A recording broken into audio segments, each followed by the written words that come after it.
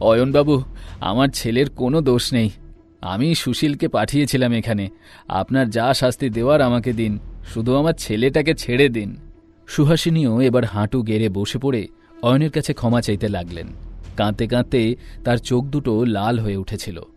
একটু আগেই তো আপনি আমাকে চড় মারতে আসছিলেন, আর এখন আমার কাছে ক্ষমা চাইছেন?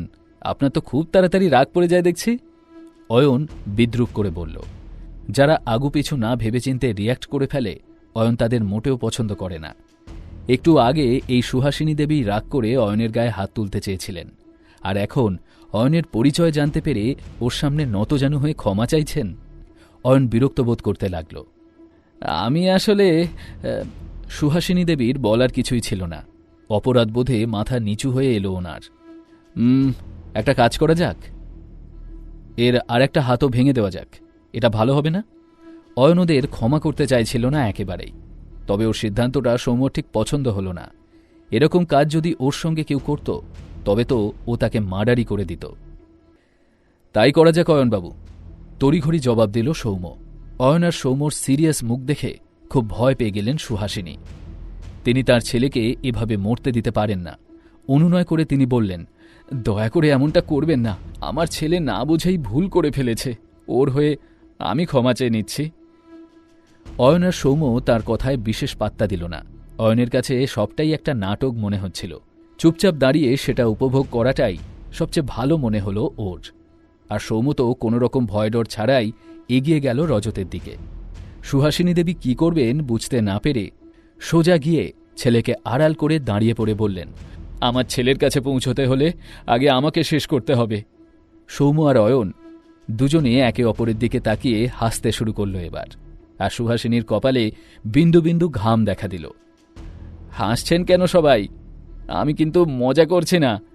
আপনার কি মনে হচ্ছে যে আমি আপনাকে মারতে পারবো না? এবার সৌম্য রেগে গেল। ঠিক আছে, তাহলে মারুন, মেরে ফেলুন আমাদের দুজনকে। তাছাড়া এমন জীবন থেকেই বা কি লাভ? এমনিতেই আপনাদের হাত থেকে মুক্তি নেই যখন, তার থেকে আপনারা আমাদের মেরেই ফেলুন। সুহাসিনী চিৎকার করে বলতে লাগলেন। তার মনে হয়েছিল হঠাৎ করে মানুষ মারার মতো কাজ এরা অন্তত করবে না। এসবে সৌম্যর কিছু গেল এলো না। ও ওখানেই এদের দুজনকে মেরে ফেলার জন্য রেডি ছিল।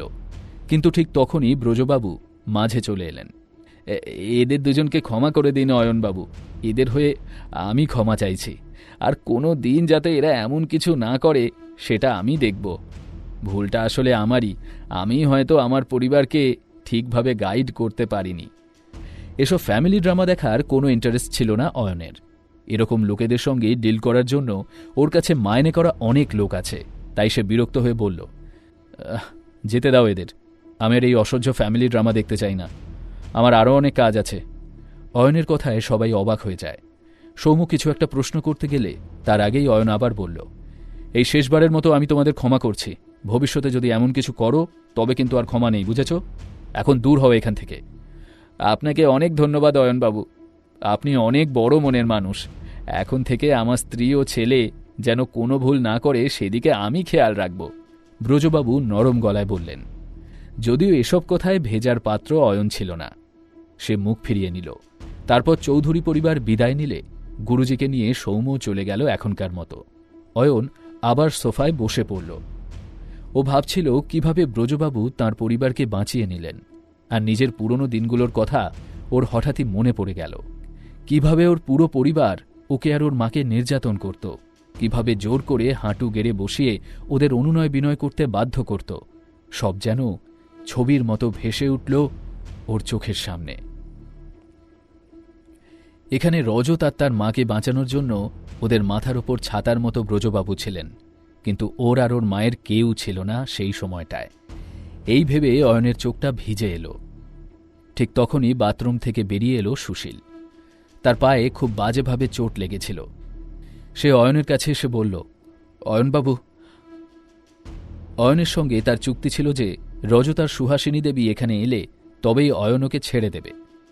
আমি তোমাকে কিছু প্রশ্ন জিজ্ঞাসা করব, সেগুলো ঠিক ঠিক জবাব দিতে পারলেই আমি তোমাকে ছেড়ে দেব। আপনার যা মন চায় আমাকে জিজ্ঞাসা করতে পারেন, আমি মিথ্যা বলবো না। সঙ্গে সঙ্গে জবাব দিল সুশীল। এখন থেকে অয়নকে এখানে যাওয়া আসা করতে হবে মাঝে মাঝেই।